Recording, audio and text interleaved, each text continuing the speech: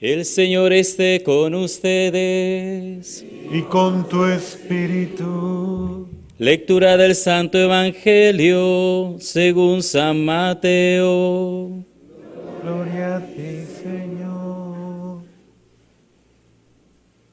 En aquel tiempo se acercó a Jesús la madre de los hijos de Zebedeo, junto con ellos, y se postró para hacerle una petición.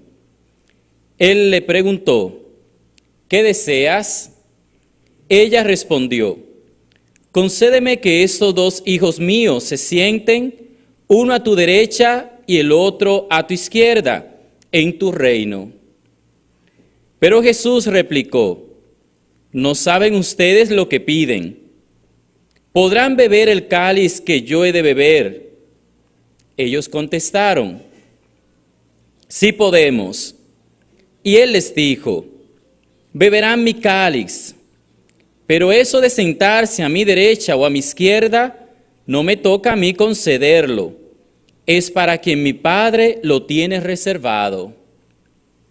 Al oír aquello, los otros 10 discípulos se indignaron contra los 2 hermanos, pero Jesús los llamó y les dijo: ya saben que los jefes de los pueblos los tiranizan y que los grandes los oprimen.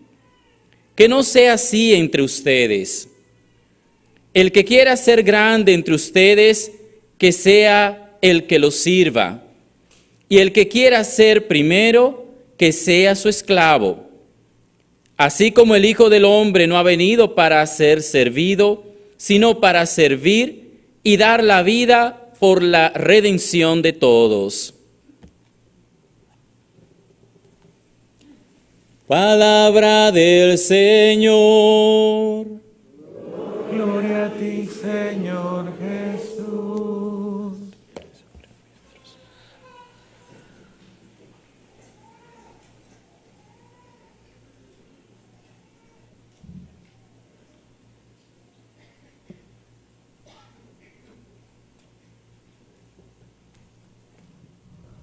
¿Se acuerdan del Salmo?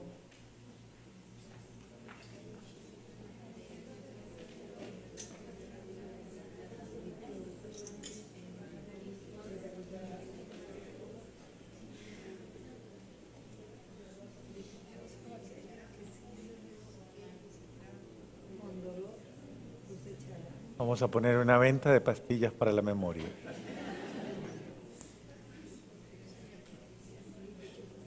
Entre gritos de júbilo cosecharán aquellos que siembran con dolor. Podríamos decir que esta sentencia de este Salmo 125 recoge el espíritu de la dimensión apostólica, de la vida apostólica. Porque es importante tener en cuenta que hoy la liturgia está asociando esta meditación al ministerio de la apostolicidad. O sea, y es importante descubrirme apóstol, reconocerme apóstol, apóstol de Cristo, apóstol y misionero, apóstoles y discípulos, decía el documento de Aparecida en Brasil, precisamente cuando la conferencia episcopal, la quinta conferencia del episcopado latinoamericano, llegó a esa conclusión de apóstoles, discípulos. Y esta es una característica propia de la identidad cristiana, porque es una manera en la cual yo paso de simplemente estar en una actitud de recibir y asumo un papel en la iglesia, asumo una misión en la iglesia, asumo un compromiso. O sea, yo quiero hacer algo, yo también quiero ayudar a que la iglesia sea lo que debe ser. Yo quiero también contribuir, yo también me quiero disponer, respondiendo a la voz de Dios, que de una manera tan bonita el profeta Isaías sabe interpretar. ¿A quién iré? ¿A quién enviaré? ¿Quién irá? ¿Quién proclamará? Y todo porque existe la gran necesidad. Por eso dice el Señor, rezad y orad, porque la mies es mucha y los obreros son pocos. Pidan pues al dueño de la mies que envíe obreros a su mies. El obrero, obviamente, de la mies, el obrero del reino de los cielos, es aquel que sabe que asume una misión en la vida. Una misión en la vida cristiana. Y esto siempre se ha unido dentro de la dimensión de la comprensión de mi vida cristiana. Siempre se ha unido las dos dimensiones, vocación y misión. Yo debo saber a qué estoy llamado. ¿A qué me llaman? ¿A qué me llama Dios? ¿A qué me llama la vida? ¿A qué me llaman los acontecimientos? Porque todo habla. Las circunstancias hablan, mi historia habla, mi realidad habla, mi familia habla, mi contexto habla, mi cultura habla, todo habla. Yo tengo que descubrir si me dejo interpelar, es decir, si interactúo, si hablo con la realidad, dialogo con la realidad y le respondo a la realidad que Dios me ha confiado. Sin este elemento, muchos de los santos que han existido no llegaran a la santidad, no hubieran llegado a la santidad. Porque entonces se hubieran convertido en seres raros, en seres extraños, viviendo una espiritualidad desarraigada de su contexto inmediato. Y no hubieran existido muchos mártires y muchos que al contrario entendieron que era en las circunstancias del día a día donde tenían que dar la vida, donde tenían que cumplir una misión. Entonces, debo encontrar mi vocación y mi misión. Y esto es muy importante, porque una persona que no descubre su vocación, difícilmente descubre su misión. Entonces, creo que esto es importante trabajarlo y irlo definiendo en mi vida, porque esto me da carácter de vida. Yo debo aprender y descubrir cuál es el carácter de mi vida. Es decir, esa identidad, eso me define qué es lo que yo debo, cuál es la característica propia con la que se identifica mi misión en la vida. Hoy estamos reflexionando al apóstol. Esto es una identidad, podríamos decir, bastante exigente, descubrir una dimensión ya apostólica. ¿Quién descubre una vocación apostólica? Primero entendámoslo, es un llamado de Dios, ¿no? Es Dios el que llama. Esto no es como quien dice, o simplemente una profesión humana, no, es que yo voy a ser voy a estudiar para ser apóstol, aunque hay muchos cursos, ¿no?, que preparan para mejorar en tu condición de vida, en tu formación. Pero no necesariamente eso es lo que te acredita en la dimensión apostólica. El crédito de una vocación apostólica lo da la madurez en la fe. Madurez de tal categoría que yo sé que tengo que actuar, yo tengo que obrar, yo tengo que ser instrumento de la acción de Dios en esa realidad. Tengo algo, como dice Isaías, tengo un fuego que me quema por dentro. Y tengo que gritarlo, tengo que decirlo, tengo que hablarlo, tengo que anunciarlo. Y como lo dice el apóstol, y ay de mí si no lo hago. Entonces, esa persona descubre una prioridad en su vida. Es que lo tengo que hacer, es que debo hacerlo, es que lo siento, vibro por ello, yo quiero llevar esta verdad a los otros. Obviamente tengamos mucho cuidado porque hay gente que malinterpreta la dimensión apostólica con una dimensión, ¿cómo le llamaríamos a esto? Tiránica o impositiva. Entonces, una cosa es imponer y otra cosa es seducir. Evangelizar es amar, es cautivar, es conquistar la voluntad, conquistar el ideal humano, conquistar las iniciativas humanas, conquistar al ser humano en sus sueños, ideales, para un bien mayor, para Cristo, para que sea mejor en su vida, mejor marido, mejor mujer, mejor empleado, mejor persona, mejor cristiano, mejor. Es comenzar a ascender, a crecer, a madurar, y en esa perspectiva Ya no simplemente ser un cristiano dentro de una dimensión, sino un apóstol, es decir, un evangelizador de mi medio. Entonces, un médico que descubre su vocación y en su vocación descubre su responsabilidad y descubre esa verdad por la cual quiere dar la vida, llega un momento, es muy diferente pasar de ser simplemente un funcionario a ser un apóstol. Porque un apóstol enseña, un apóstol transmite, un apóstol impregna, un apóstol da criterios, un apóstol da sentido a lo que hace. Un verdadero apóstol es un maestro. Enseña a vivir. Una cosa es ser madre, parir un hijo, tener un hijo. Y otra cosa es ser una madre apóstol.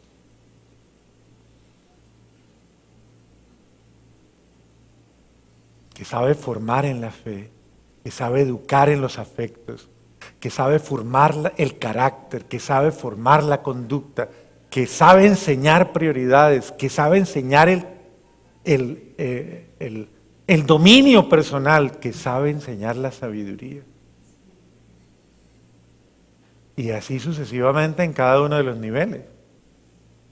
Usted se puede quedar simplemente siendo una persona regular, o usted se puede convertir en una persona que enseña con lo que hace, con lo que dice, con lo que vive, con cómo lo vive, con cómo lo transmite, con cómo lo hace.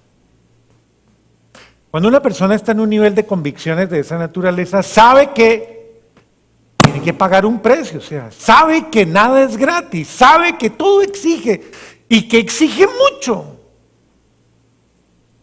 No hay gloria sin, dígalo, sin sacrificio. Pregúntale a cualquier deportista que haya llegado lejos. Déjale la pregunta, ¿cuánto le costó llegar? ¿Cuántas lágrimas derramó? ¿Cuántos sacrificios? ¿Cuántas luchas? ¿Cuántos desvelos? ¿Cuántos? Pero con la convicción plena de lograrlo. Un verdadero apóstol sabe que tiene que pasar por mucho, tengo que pasar, pero es que tengo la convicción. Tengo claro, un verdadero apóstol sabe que le cuesta, pero aunque me cueste, lo hago, porque mi ideal es llevar al otro lado aquello que me han confiado, llevarlo a la plenitud, no dejarlo tirado. ¿Me compromete la vida? Pues que comprometa mi vida, pero lo voy a hacer bien, como se lo merece. Por eso una cosa es ser esposo y padre del común, y otra cosa es ser un esposo apóstol o un padre apóstol.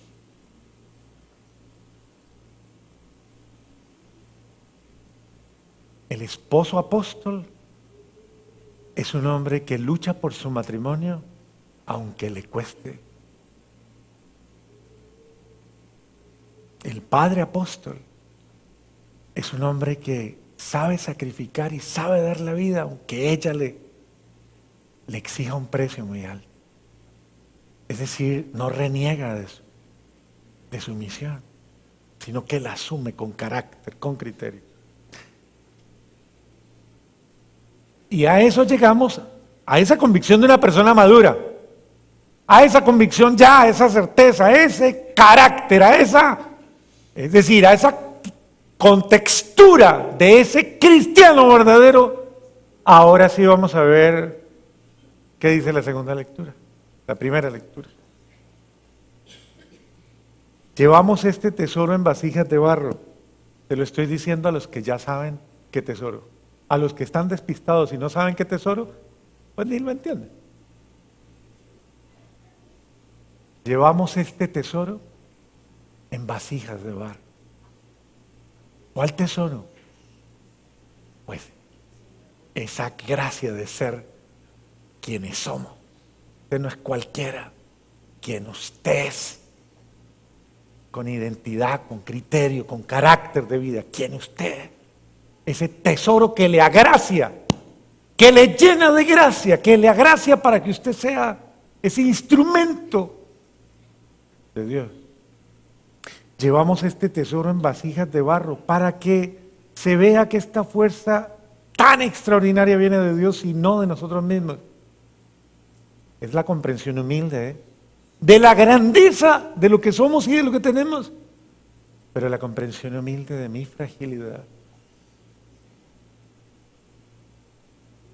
Que yo debo luchar igual que todos, esforzarme igual que todos,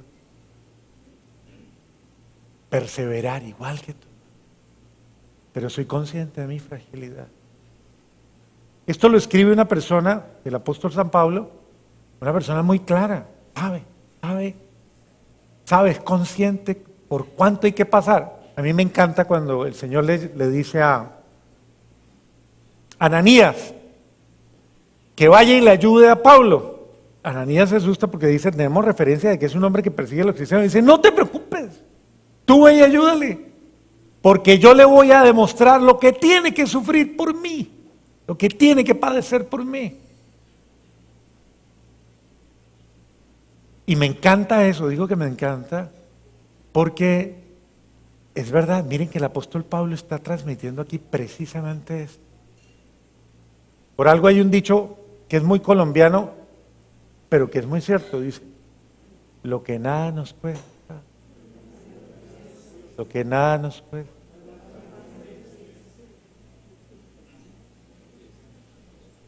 Cuando una persona no ha, con tesón, con entrega, con sacrificio, no ha luchado, no ha trabajado, no ha buscado, no sabe lo que vale la paz, lo que vale la armonía, lo que vale la convivencia, lo que vale el bienestar.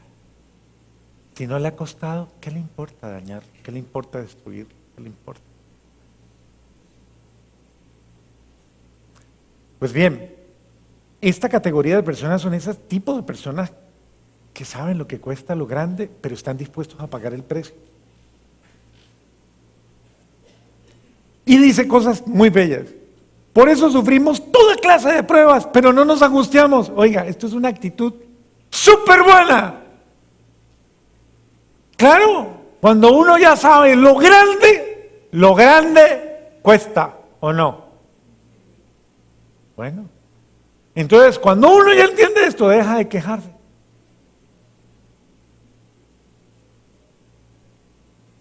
¿Cómo le va?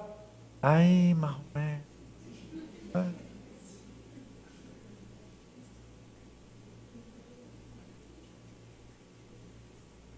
Cuando usted, bueno, es parte de, pero usted dice, hay gente que dice, ay, pero tan insensible.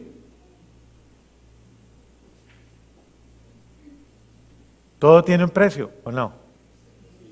¿Tener una familia buena tiene un precio o no? Ah, bueno.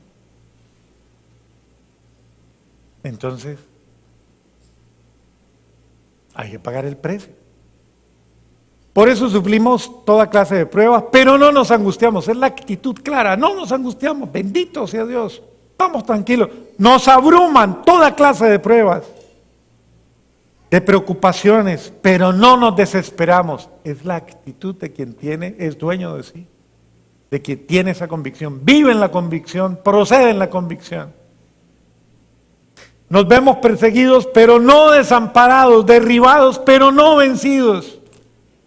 Ay, esto es una actitud, eso es una actitud, verdaderamente de contextura espiritual.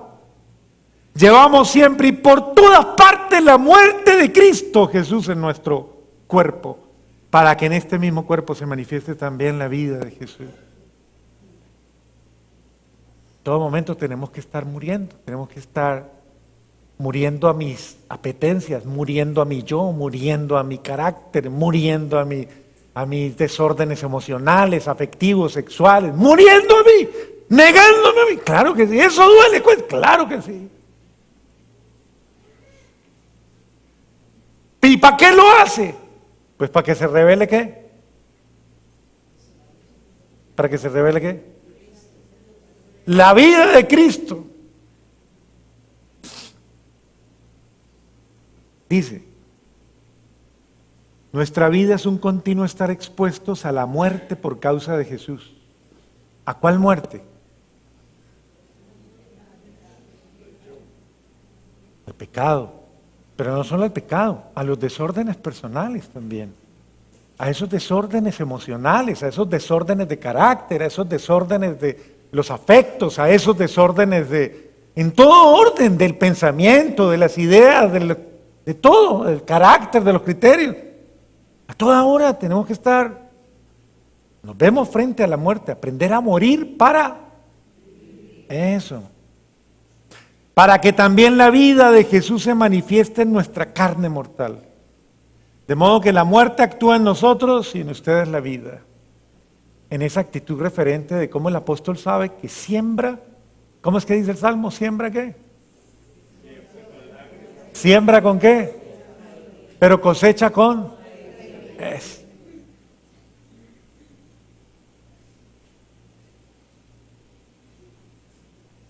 Y como ponemos el mismo espíritu de fe que se expresa aquel en la Escritura, creo, por eso hablo.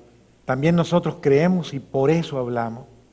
Sabiendo que aquel que resucitó a Jesús nos resucitará también a nosotros con Jesús y nos colocará a su lado.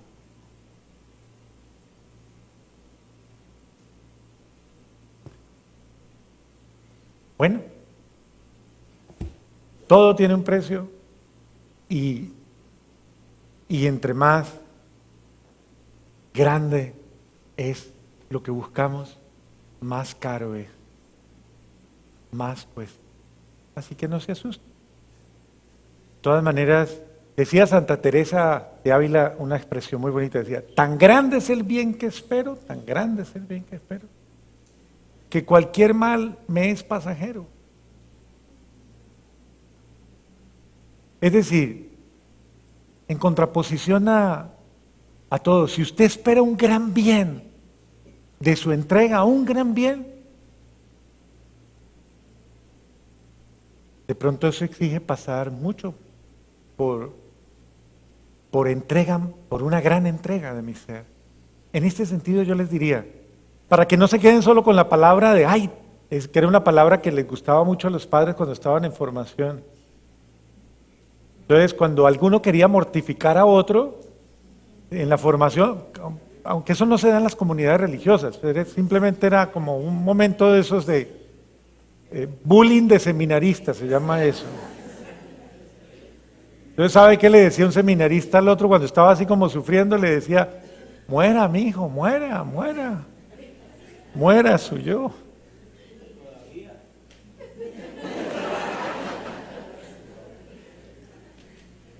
Es decir, es para que observemos precisamente cómo no es tanto el sentido de que tengo que morir por morir, es mucho más que eso.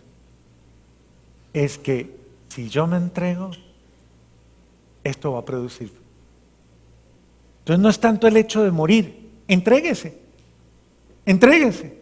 Entréguese a quién, entréguese a Dios, entréguele su libertad, entréguele su voluntad, entréguele su vida, entréguese a Dios. Dígale, Señor, me entrego a ti para que tú obres en mí, en mi vida. ¿Y qué te entrego? Te entrego todo momento, los momentos difíciles, los momentos exigentes, los momentos en los que siento que no puedo más. Pero entréguese a Él para que Él con su entrega, que es la misma del grano de trigo que cae en la tierra y muere, pueda dar mucho.